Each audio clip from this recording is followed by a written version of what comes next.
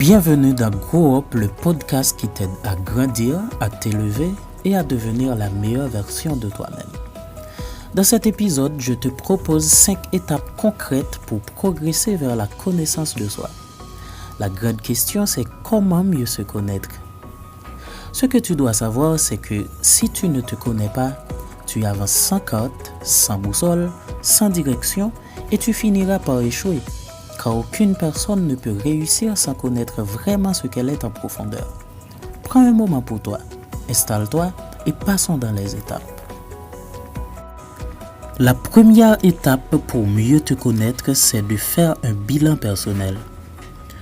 Maintenant, c'est quoi un bilan personnel? Un bilan personnel est une auto-évaluation honnête de ta vie actuelle. C'est un moment où tu prends du recul pour faire le point sur qui tu es, où tu en es et où tu veux aller. Il te permet de mieux te connaître et de poser les bases de ton évolution. Pour faire ce bilan, pose-toi des questions simples mais puissantes. Des questions comme: où est-ce que j'en suis dans ma vie? Qu'est-ce que j'ai accompli jusqu'ici? Quelles sont les expériences qui m'ont marqué? Ce n'est pas un jugement, c'est un miroir où tu peux voir ton état d'être. Je répète, ce n'est pas un jugement, c'est un miroir où tu peux voir ton état d'être. Écris tes réponses dans un journal ou même te parler à haute voix.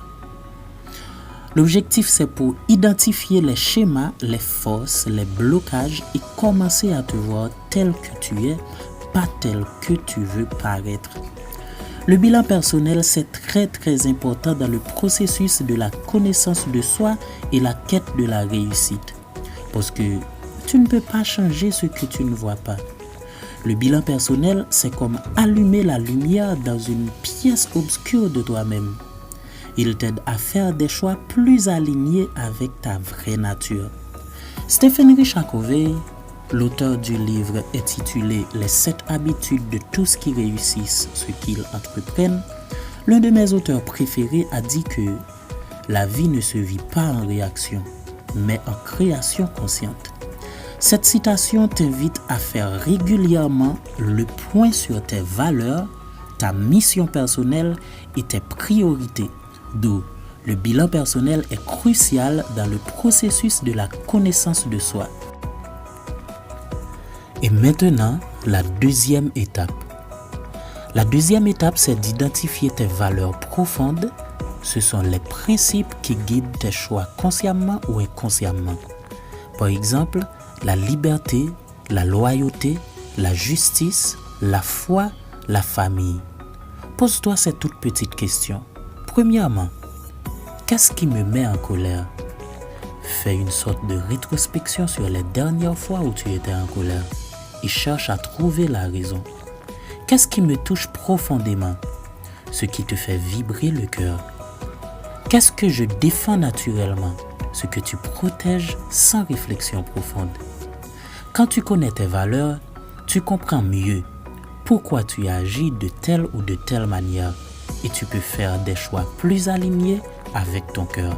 Là, tu commences à te connaître plus profondément.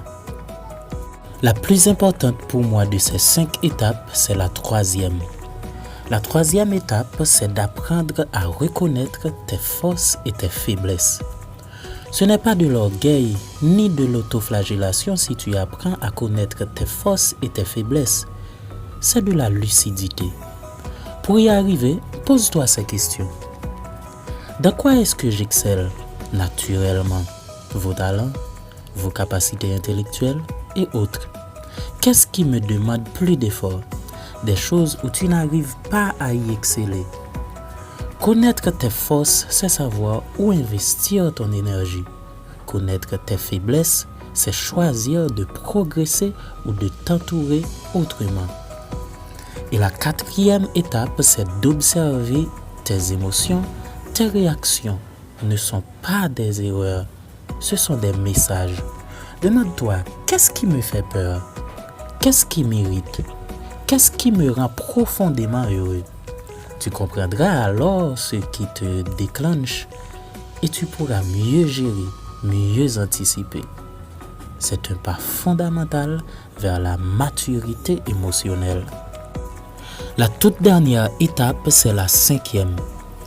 La 5e étape, c'est de demander des retours sincères. Demande à des personnes crédibles de confiance. Comment me vois-tu? Quels sont mes talents? Mes défauts? Mais fais très attention, tout feedback n'est pas vérité, mais il peut ouvrir des angles morts que seul tu ne peux pas voir. Demander à des personnes crédibles de confiance des retours sincères, c'est une étape cruciale dans la quête de la connaissance de soi. Tu vois maintenant, mieux se connaître, c'est un processus. C'est comme faire le ménage en soi pour voir plus clair. On récapitule. Nous avons vu 5 étapes vers la connaissance de soi. La première étape, faire un bilan personnel. La deuxième, identifier tes valeurs. La troisième, reconnaître tes forces et tes faiblesses. La quatrième, observer tes émotions. Et la 5e, la toute dernière, demander du feedback. Si tu veux grandir, tu dois d'abord te rencontrer, te regarder en face, avec amour, avec vérité. Merci d'avoir écouté cet épisode de Grow Up. Je suis Pierre-Florian Jean-Marie, journaliste, entrepreneur, coach en développement personnel. Si tu as aimé ce podcast, partage-le autour de toi. Abonne-toi et laisse une note ou un commentaire pour faire connaître le podcast. Et surtout, n'oublie pas, la vraie croissance commence à l'intérieur. À très bientôt pour un nouvel épisode. Et d'ici là, continue de grandir.